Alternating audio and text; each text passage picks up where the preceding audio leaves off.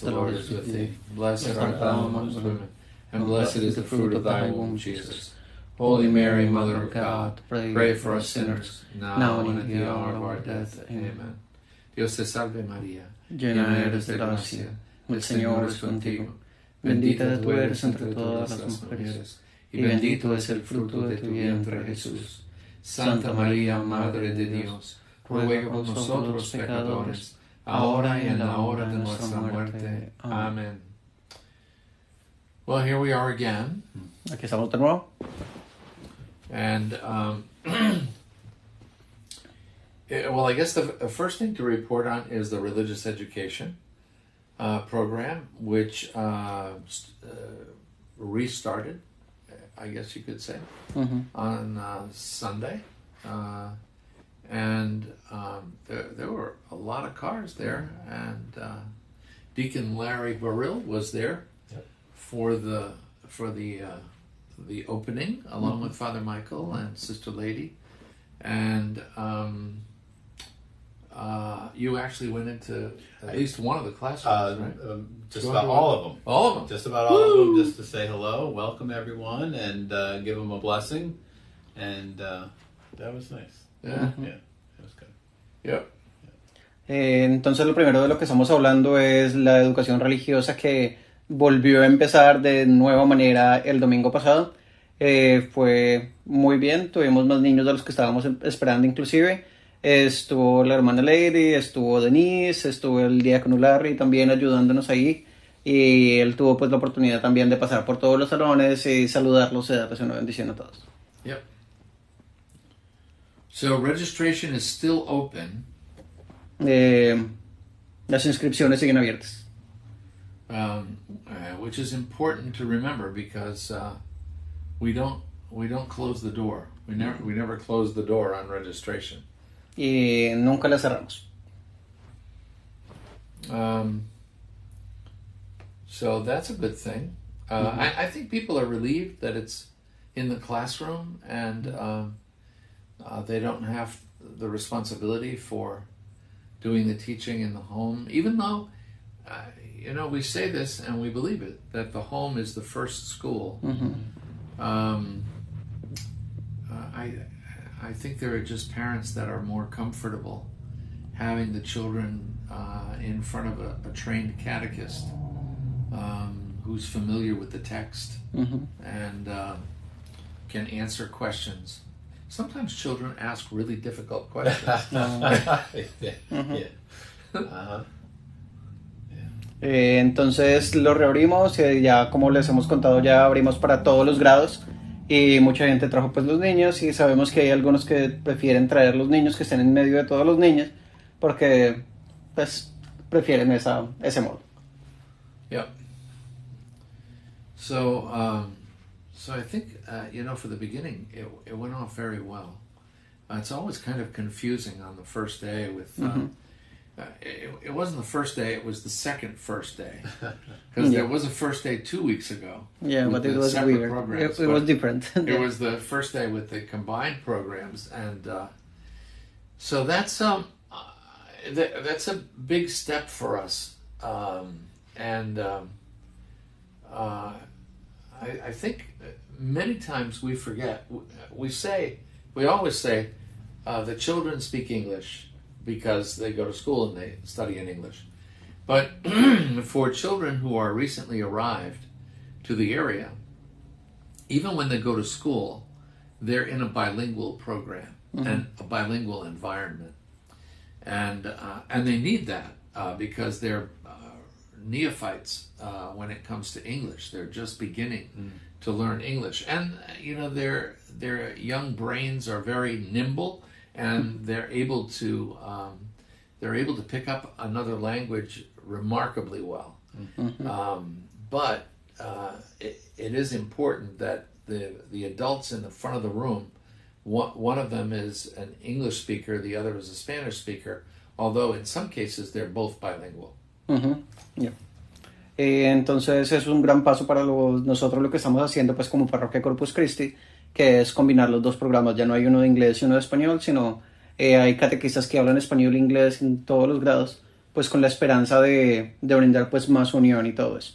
Entonces, sabemos también que muchos de los niños que van a la escuela también tienen otra educación de otros idiomas, entonces es importante aprovechar todo eso y saber que los niños tienen un cerebro dispuesto a aprender. Yeah. Honestly, I think the more languages children are exposed to, the better. I was privileged to have a baptism on Sunday for a little girl whose mother is Canadian and whose father is American and local, and from this area. And they speak to her in both French and English, so that she develops the ear for hearing the two languages and understanding the two languages. Y se sabe que entre más jóvenes es más fácil aprender los idiomas y también el cerebro se desarrolla de una manera diferente. El padre conoce una familia que uno de ellos es de Canadá y la otra persona es de aquí de Estados Unidos, y le hablan en ambos idiomas, en francés y en inglés, para que el bebé vaya desarrollando el oído y vaya desarrollando pues el cerebro para entender ambos idiomas. Yeah. That's pretty much the way I was raised, with both Canadian French, which is not exactly French. But the sisters taught us French in school. And whenever we visited my grandfather, I was very little at the time, but I always spoke to him in French, and he always spoke to me in French. But as time goes by, you tend to lose languages you don't use as much. And so you grew up in a household where you learned and spoke only Spanish, but you spoke Colombian Spanish, and then you went to Bolivia, and Okay. little differences here. Yeah, Little differences. Yeah, every country speaks Spanish in a different way. Yeah, well, it's like English, Canadian English, American English, British English, Australian English, Irish English. There's we all have some differences, but then you decided to come here to the States, and we're very grateful to you for doing that. That's a great sacrifice. And you went into an immersion program to learn English here at Clark. Yeah. That was a bear. Yeah. It was 2 years there in Clark. And after to go to the university to realize that I didn't learn anything. No. So, That's not true. yeah, but it was very challenging. It's still very challenging, but it gets easier with time. With time, yeah. Every language is idiomatic, huh? So there's the words you learn that are in the book, and then there's the way people use those words. Yeah. And sometimes that's... Yeah. Now, Larry, you are the typical American. Yes, I am. You speak one language. And even that's a challenge at times, yes. I'm still working on it. I know. Even I heard that joke once upon a time, long time ago. How do you call the people who speak two languages? Bilingual. And more than two, polyglot. And only one language, American. Americans. I know, I heard that. But in Colombia, most of the people also speak only Spanish. Yeah. Yeah, we learn some English in the school. Yeah. We never learn deeply. No. And it's like in our schools where we have classes in Italian or Spanish or French or now Chinese, Arabic. Oh, I have heard that. There's a little bit of everything in some schools. But that doesn't give you mastery of the language. Yeah, you need more dedication and immersion. Immersion's the key. I'm positive of it. Yeah. Where you have to learn it in order to live, or they don't feed you. Yeah. Like here. Entonces estamos hablando que el padre Larry también creció como este bebé, escuchando dos lenguajes, dos idiomas al mismo tiempo. El inglés de aquí de Estados Unidos y el francés de Canadá.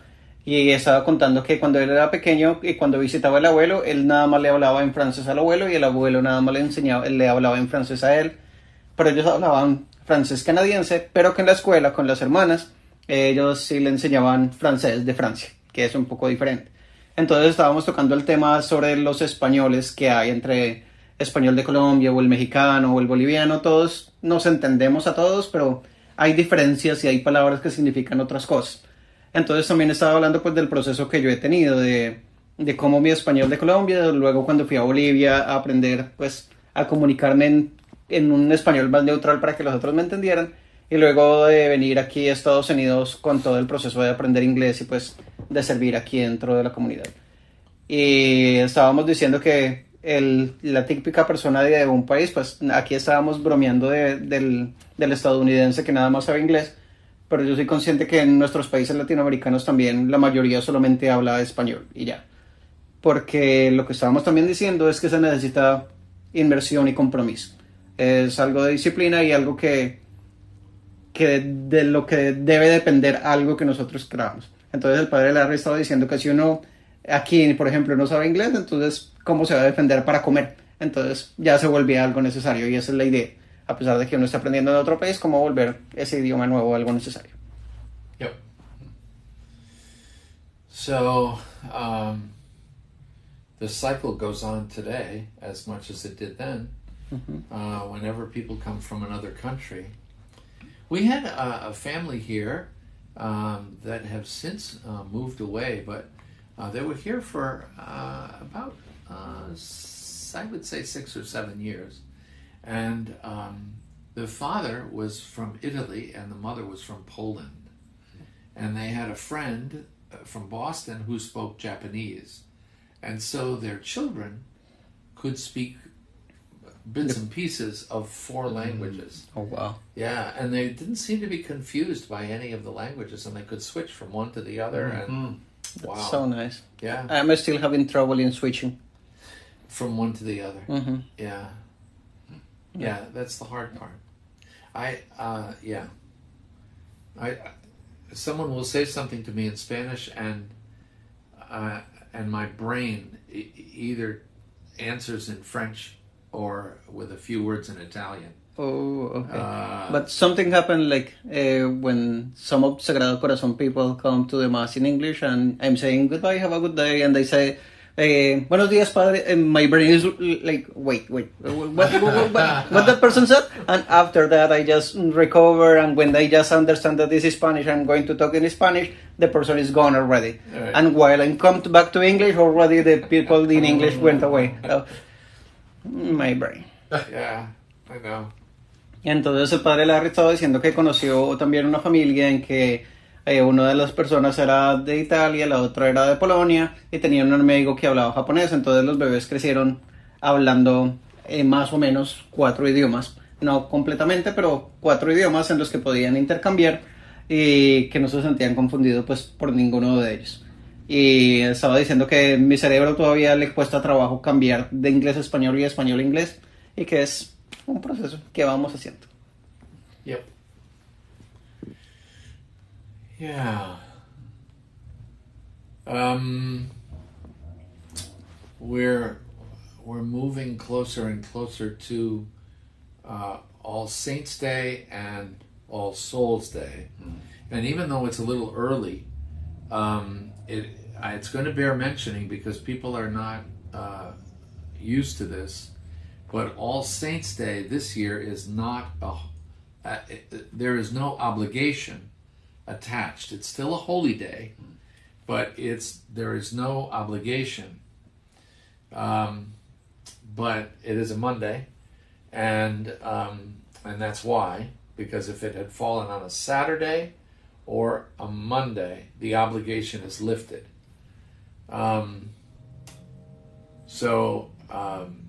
Monday we have 2 masses anyway. Mm-hmm. We have the mass at 12:10 in English at St. Mary's, and the mass at 6 p.m. in Spanish at Sagrado Corazon. Mm. So for people who want to go for All Saints Day to mass, there is an English mass and a Spanish mass available. anyway. Ujú. Entonces ya casi se acerca la fiesta de Todos los Santos, todos los fieles difuntos. Entonces el día de Todos los Santos no es obligación este año porque cae un lunes. Entonces aquí en las diócesis de Estados Unidos, cuando cae un sábado o cuando cae un lunes, la obligación del día de obligación es dispensada. Pero de todas maneras ese lunes tenemos dos misas de todas maneras, una aquí en St. Mary's a las 12:10 como todos los lunes y en Sagrado Corazón a las 6 de la tarde como todos los lunes. Right. Now, All Souls Day is a different thing. On All Souls Day at 9 o'clock in the morning, which is when we normally have the Mass anyway, we try to do Mass in the cemetery on the altar, in the center of the cemetery. And we're going to try to do that again this year, but it will depend on the weather. At the moment, the weather is holding pretty well. Yeah. But they have been chilly. It got a little chilly this morning. Chilly in the morning. Yeah, it's chilly in the morning. Well, and that might change things.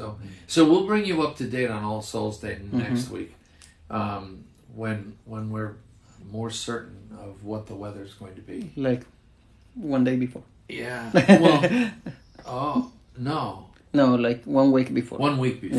Yeah. Entonces, para la fiesta de los fieles difuntos se va a tratar de hacer la misa en el cementerio como lo tratamos de hacer todos los años, aunque depende del clima. Entonces, les iremos avisando, les avisaremos una semana anterior que más o menos los canales de clima y todo eso ya saben más o menos cómo va a ser el clima, entonces les estaremos avisando. Yeah.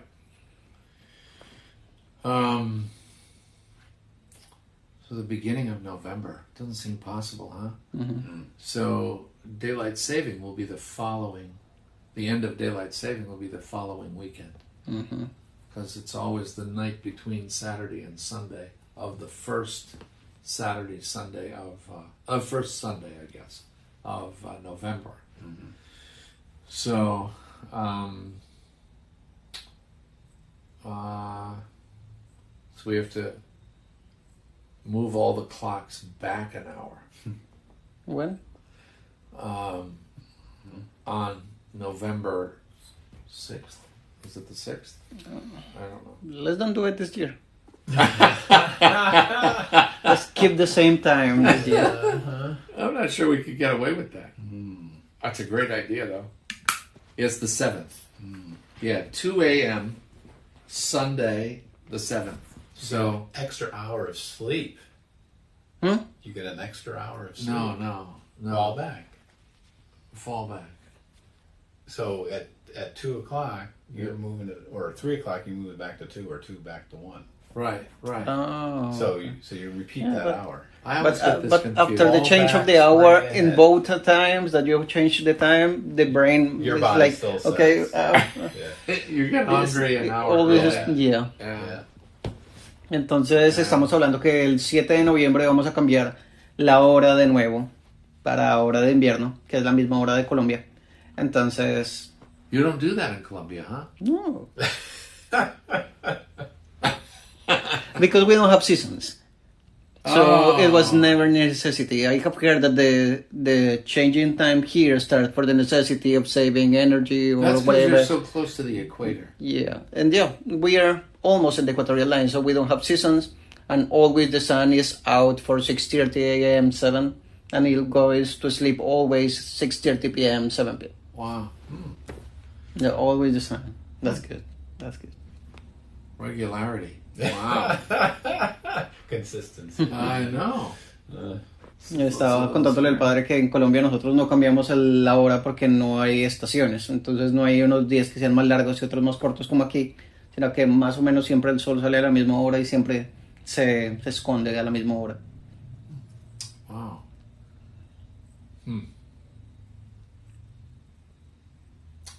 Feast of St. Luke yesterday. One of my favorite Gospels. St. Luke, a great gift to us. And today, the North American martyrs. Yeah. Mm-hmm. Yeah. Yep. All those lovely French names. Jean de Brebeuf. Well, that's a nice attempt. Ayer celebramos la fiesta de San Lucas Evangelista y hoy de dos mártires, pues, de varios mártires de que vinieron a nuestra misión a Estados Unidos, pues a Norteamérica. Yeah. It's interesting. It brings up the whole issue of the indigenous peoples again. Yeah. And of course, we honor the sacrifice of the North American martyrs, whose shrine is up in Orisville, which is not too far away from here. Really, it's upstate New York, but not too far on the Canadian border, sort of. But it brings up the whole question of the role of missionaries here in the Northeast, in California, the Franciscans, the Jesuits here, the Franciscans in California, Franciscans again, Bartolome de las Casas and that bunch in the South American theater. And there was an interesting program the other day from Smithsonian, on the Smithsonian Channel, about aerial views of Puerto Rico. And they spoke about the Taíno people coming from Venezuela, and coming along the little islands there that lead up to the Lesser Antilles, that lead up to Puerto Rico and the Dominican Republic and Cuba, right? And then Jamaica, which is south, but between the two. And and how they were there before any recorded time. They have found archaeological evidence of their being there hundreds and hundreds of years before the Europeans came. Yeah, it was a fascinating program. It was all aerial pictures of famous places in Puerto Rico, but the narration was the whole history.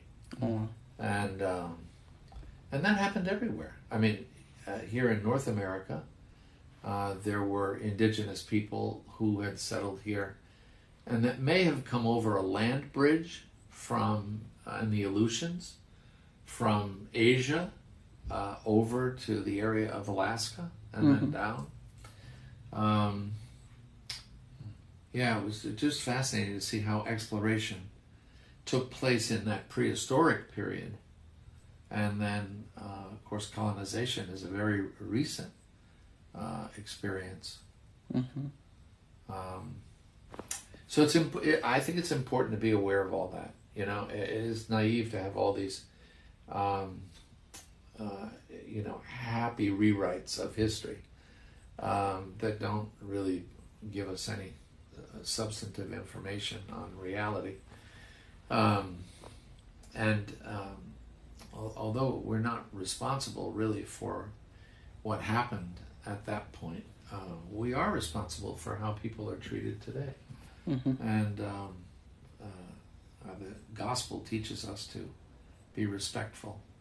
And I think the missionaries tried to be respectful. It's that they were in the company of people who were more interested in land and mineral deposits and other things. So. Entonces el padre estaba refiriéndose pues a los mártires que celebramos hoy, que son pues dos mártires y los compañeros que vinieron a predicar aquí a Norteamérica. Ellos fueron martirizados por comunidades indígenas y eso llevó al padre a hablar pues de toda la situación que los indígenas vivieron en ese tiempo por parte pues de los colonizadores y todo. Y también estaba nombrando de un programa que vio sobre Puerto Rico que fue hace mucho tiempo, inclusive antes de las colonizaciones, donde ya los indígenas habían salido de Venezuela y han llegado hasta Puerto Rico viajando de isla en isla, y como todo este proceso histórico se ha presentado. Y tener en cuenta que no somos culpables y no podemos arreglar ni pagar de ninguna forma los daños que se hicieron en esa época contra los indígenas, pero somos responsables de lo que podemos hacer hoy, cómo los respetamos y cómo los tratamos hoy. Yeah. I did not know that there was a telescope. A what? A telescope to look at the stars and get radio signals. in Arecibo, in Puerto Rico, that is situated in what I guess was a sinkhole. So they took advantage of the natural geology, and they built this enormous telescope with a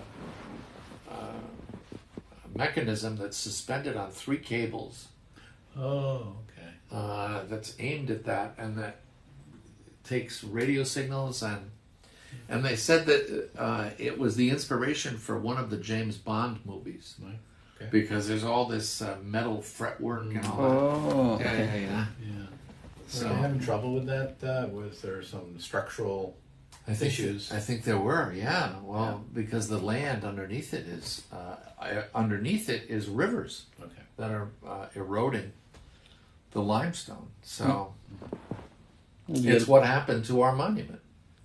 Our monument at the cemetery, which was limestone, and the acid rain ate away at the limestone irregularly.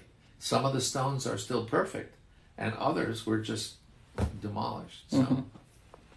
Entonces el padre Larry estaba diciendo que no sabía que algo que también viene en el programa y que hay un telescopio gigante de esos que también captan ondas de radio que está en Arecibo, en Puerto Rico, tomando de ventaja de una falla geológica que hay allá. Entonces que por la estructura y todo eso también fue inspiración para una de las películas de James Bond, por toda la forma arquitectónica que tiene y la estructura metálica. Yeah. Oh, there's so much we don't know, you know. Well, Nuestra Señora de la Providencia, the feast day of Our Lady, that is celebrated mostly in Puerto Rico, is coming up in 3 weeks, I think. It's the 14th of November. El 14 de noviembre es Nuestra Señora de Providencia, que ya está más cerquita, y es la patrona de Puerto Rico. Yeah. So you have 3 big Marian feasts in a row there. Nuestra Señora de la Providencia in November, Nuestra Señora de Guadalupe in December, and Nuestra Señora de la Alta Gracia in January, the Dominicans. Entonces tenemos 3 fiestas en los 3 meses que vienen. Primero en noviembre Nuestra Señora de la Providencia. De la Providencia, sí. de Nuestra Señora de la Providencia, en diciembre de Nuestra Señora de Guadalupe y en enero Altagracia. Yeah. Yeah, three big feasts. They're really big feasts of the Blessed Mother every month. Yeah. But those 3 get particular attention, I think. Yeah, that and Our Lady of Lourdes in February. With the World Day of the Sick. Yeah, the World Day of the Sick for Our Lady of Lourdes, February 11th. Y que el 11 de febrero, que es el Día de Nuestra Señora de Lourdes, también es el Día Mundial de los Enfermos. Yeah. You usually shut this off before this starts.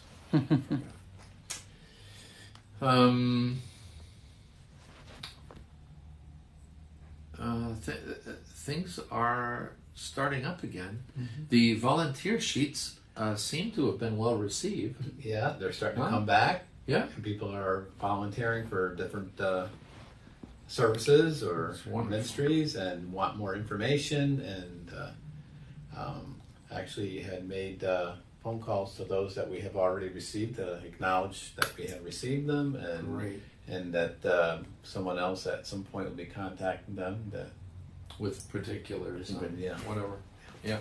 Yeah. Oh, that's great. Yeah.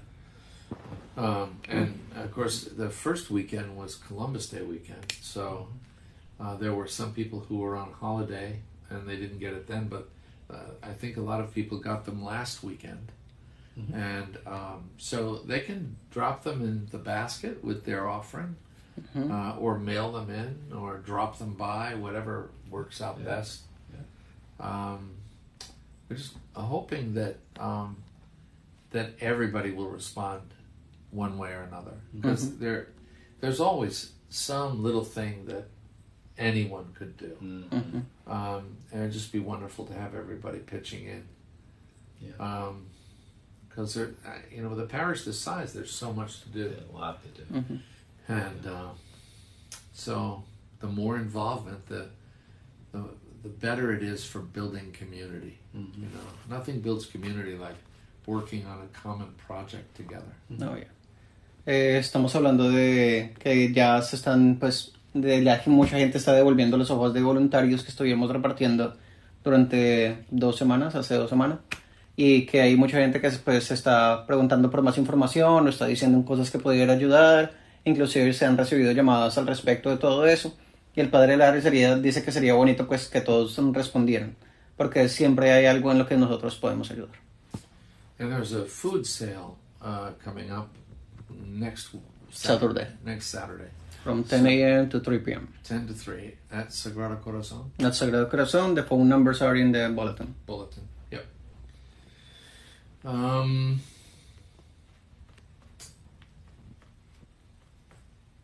Entonces este sábado hay una venta de comida para recaudación de fondos en Sagrado Corazón que va a ser desde 10 de la mañana hasta 3 de la tarde. Los números de teléfono están en el boletín o igual yo creo que si llaman aquí a las oficinas le pueden dar información. I have the moon just in front of me. The moon? Oh, is it a full moon? Full moon. Last night there was. I'm becoming wolf already. And becoming what? A werewolf. Oh, wow. Yeah, oh, that's scary. I was watching one of my favorite YouTubes, which originates in France, and it was getting toward evening, and it was it's a daily vlog, so it was probably the vlog for the day before, but the moon, and you know, it doesn't dawn on you that what you're looking at people can look at from other parts of the planet. Oh, yeah. You know, Think, it's our moon, but it's everybody's moon, right? Mm-hmm. Yeah.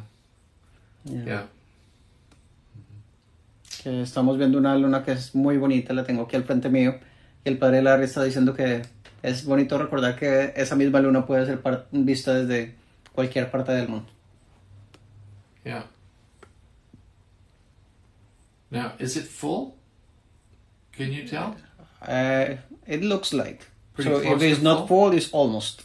So, is this the harvest moon? It is, isn't it? The full moon of October? It's a harvest moon if you have a full moon twice in the month? No, No. that's a blue moon. Yeah, the second one is a blue moon. Okay. But we'll ask the expert. Is the full moon of October the harvest moon? According to Lex 18, the October full moon is usually known as the hunter's moon, and it always follows the harvest moon, which is the full moon closest to the autumnal equinox. Oh, this is the hunter's moon. Interesting. Yeah. This is what? The hunter's moon.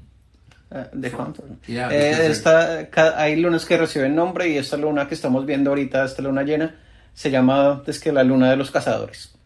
And the harvest moon is the one closest to the autumnal equinox, which was September 22nd-ish. Yes, first. The last one. Yeah. La anterior luna llena a esta fue la que se conoce pues como la luna de cosecha.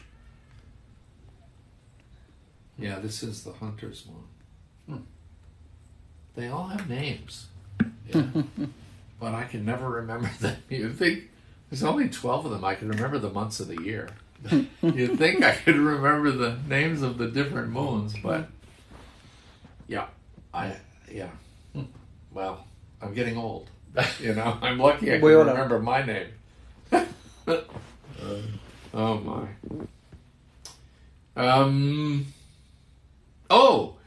So there's a Spooky Pipes concert coming up. That's right. Yep. Mm-hmm. That's going to be in St. Mary's. And it's next. It's the 30th. That is on the 30th, I guess. October 30th. Is that Friday? It's a Saturday. Saturday? It's Saturday. Okay. It's a Saturday at 7 p.m. at St. Mary's. There we go. Yep. Spooky So you can Pipes. come to Mass, and after Mass you can go and have your meal, and after the meal you can come to... We make a night of it. Yeah. Yeah. I planned your night already. So Yeah. algo que se llama Spooky Pipes, que en español sería como el órgano miedoso. Entonces sería ese día Carla, nuestra organista, va a estar tocando pues canciones en órgano que son pues típicas de esta época de Halloween y cosas así. Eso va a ser el 30 de octubre a las 7 de la noche en St. Mary's. Yeah. It's almost here. Ya casi. Wow. En 2 weeks. Yeah. En 2 semanas. That's the last day that one of my favorite ice cream places is open. I Which one is I that? can't publicize that. Oh, okay. Hay un lugar que al padre Larry le gusta mucho por los helados y ese 30 es el último día que lo tienen abierto, pero no voy a decir el nombre porque no tenemos publicidad. Yeah, it's a seasonal ice cream place that is somewhere between here and No endorsements. yeah. I think sometimes they run into November, but I guess this year they're closing early. Because it's getting colder very quick. It is, yeah, it's turning cold quickly. Yeah. Halloween. Wow. Wow. I think we've covered everything there is to cover. Yep. You think of anything? Also, yesterday I started the formation at 7 p.m. at Sagrado Corazon in Spanish. And there were 8 people there with me last night, so it was pretty good. It's going to be every Monday at Sagrado Corazon at 7 p.m. in Spanish, and every Tuesday at 7 p.m. in the old St. Joseph School. So, yes, if you're interested, I'll be waiting for you. As I said before, it's not something that you have to follow all the classes like a curriculum, but you can just come when you can. Entonces, la última cosa es que empecé la formación, pues, de adultos los lunes a las 7 de la noche en Sagrado Corazón y los martes a las 7 de la noche aquí en la antigua escuela de San José. Entonces no es algo que tengan que venir siempre, pero cuando puedan participar. Yeah. Hail Mary, full of grace, the Lord is with thee. Blessed art thou amongst women, and blessed is the fruit of thy womb, Jesus. Holy Mary, Mother of God, pray for us sinners, now and in the hour of our death. Amen. Dios te salve María, llena eres de gracia, el Señor es contigo. Bendita tú eres entre todas las mujeres, y bendito es el fruto de tu vientre Jesús. Santa María, Madre de Dios, ruega por nosotros los pecadores, ahora y en la hora de nuestra muerte. Amén. En el nombre del Padre, y del Hijo, y del Espíritu Santo.